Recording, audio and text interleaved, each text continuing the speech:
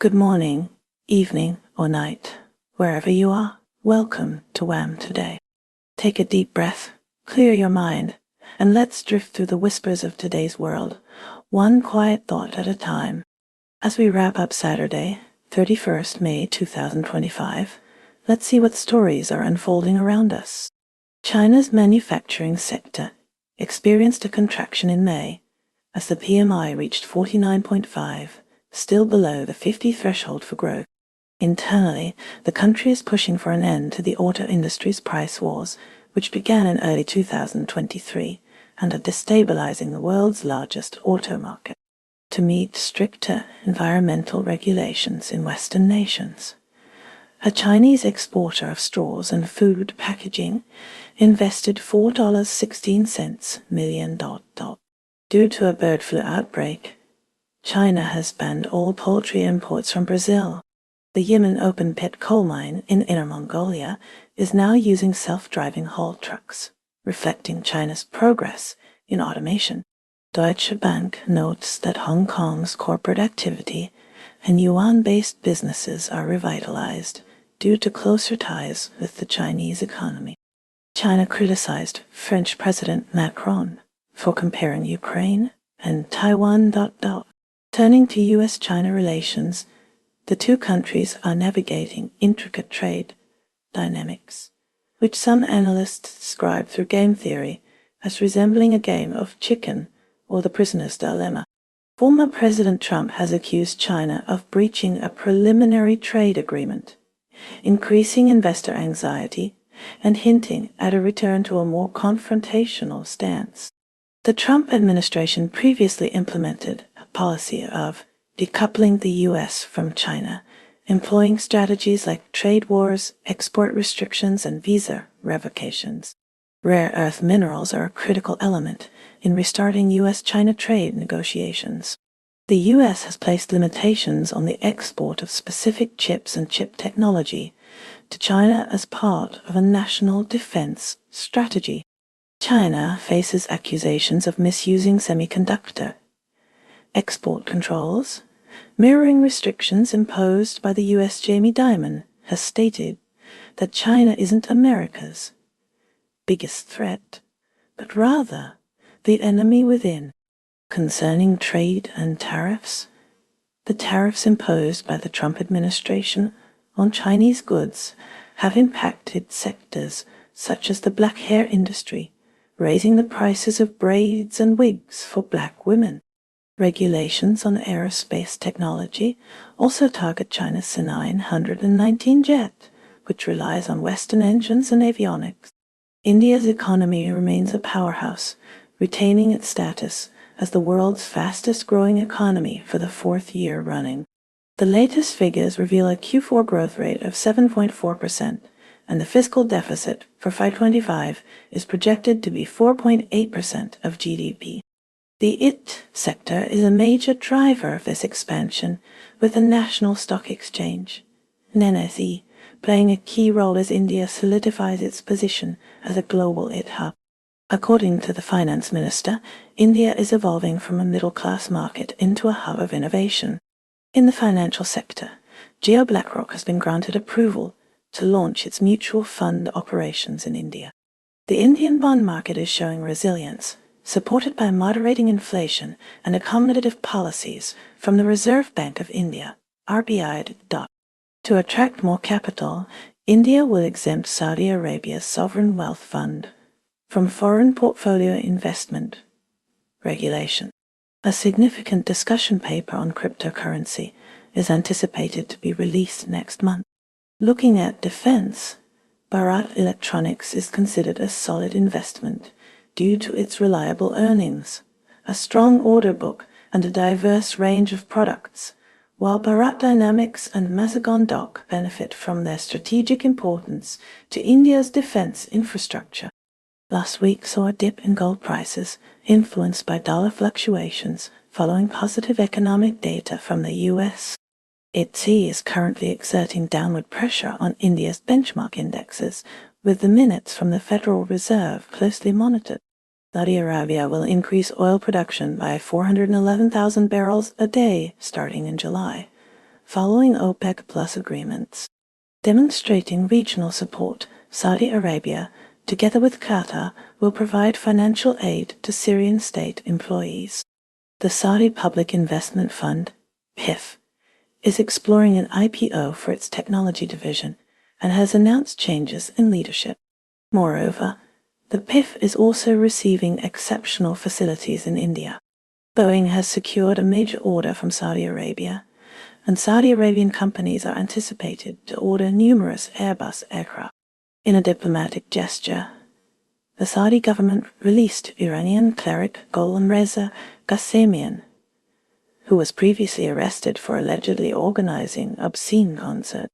In the realm of finance, a Saudi prince has reportedly made substantial investments in XRP, with another prince reportedly investing $100 million in XRP. In sports news, Lee Chan-soo has expressed support for Son Heung-min's possible transfer to the Saudi Pro League, estimating a salary of 35 billion won. United States. Former President Trump signaled his approval for the multi-billion-dollar merger between U.S. Steel and Nippon Steel of Japan. He plans to hold a rally at a U.S. steel plant near Pittsburgh to mark the agreement. The United States is currently in trade discussions with Japan, with both countries reporting progress towards a possible agreement. However, Japan has made it clear that it will not easily concede on U.S. tariffs.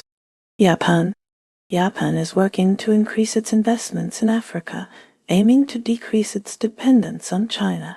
Simultaneously, a rise in hostile takeovers within Japan is posing new challenges for the country's major banks. In trade news, Japan is actively negotiating with the U.S., noting advancement toward a potential understanding, but emphasizing the difficulty of yielding on U.S. tariffs. Society. Angel Cheng, a 25-year-old entrepreneur, is using the Japanese concept of ikigai to guide the development and expansion of her thriving matcha business. Canada's stock market presents a mixed picture as the S&P TX Composite declined by 0.14%, closing lower for a second straight session due to growth and interest rate anxieties.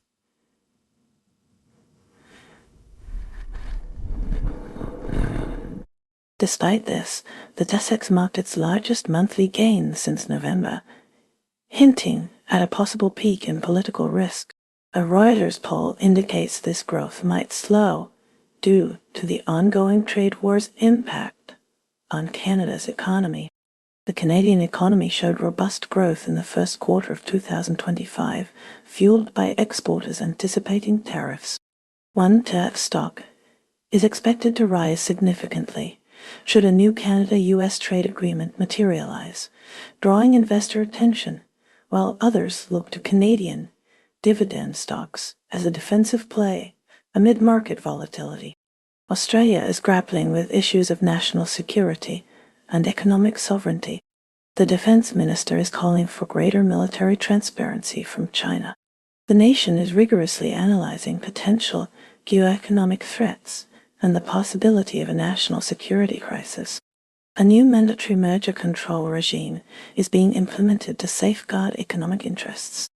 Adding to international discourse, Australia has voiced its disapproval of the United States' recent call for tariffs.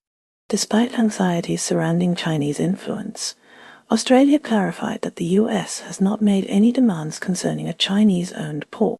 Richard Holden has emphasized the importance of securing Australia's sovereign research capabilities. Turning to the United States, the nation is embroiled in an antitrust case against Google. A judge is currently weighing potential remedies in this high-profile case. As previously mentioned, the U.S. call for tariffs has sparked criticism from allies like Australia. Concerns over global trade and a downgraded U.S. credit rating fueled mixed performance in Asian stock markets. Currencies like the South Korean won and Taiwan dollar saw gains despite the overall downward trend. Asian restaurants are increasingly turning to niche delivery apps like Fanchuan and HungerPanda. These apps serve as alternatives to larger, more established platforms. Europe considers the increasing alignment between China and Russia as the most significant global challenge currently faced. This perception underscores rising anxieties regarding the evolving geopolitical landscape shaped by the two nations' deepening cooperation. European stock markets saw mixed performance, largely due to ongoing trade concerns. The temporary reinstatement of tariffs by the United States injected instability into trading patterns. Despite these fluctuations, overall, European shares managed to close out May with gains. United States saw a surge in multiple job holders, exceeding 8.9 million in March, marking a peak since 1994. Concerns arise that the Trump administration's visa revocation policy targeting some Chinese students could harm the U.S.'s STEM leadership. Turning to Canada, Prime Minister Justin Trudeau unveiled new measures aimed at bolstering the country's artificial intelligence sector, allocating significant funding for research and development initiatives. These investments seek to position Canada as a global hub for AI innovation and talent.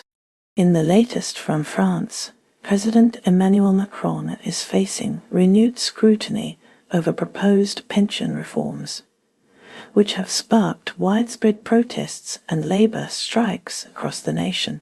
The reforms aim to address long-term financial sustainability, but have ignited concerns about social equity. Denmark is taking steps to raise its retirement age, now set to reach 70 years old. This decision has sparked debate among experts, particularly in the United States, regarding the feasibility of a similar adjustment to address Social Security's projected trust fund shortfall. Experts suggest that while raising the retirement age could strengthen Social Security's financial position, such a broad change could have adverse effects on some beneficiaries. Brazil is becoming a significant center for renewable energy, which is attracting major data center investments. The country has also seen an increase in fertilizer imports from Algeria. The Totem event, which Netflix initiated in Brazil in 2020, has grown into a prominent live streaming event. France is currently engaged in discussions to potentially double its stake in Eutelsat through a €1.50 billion capital increase.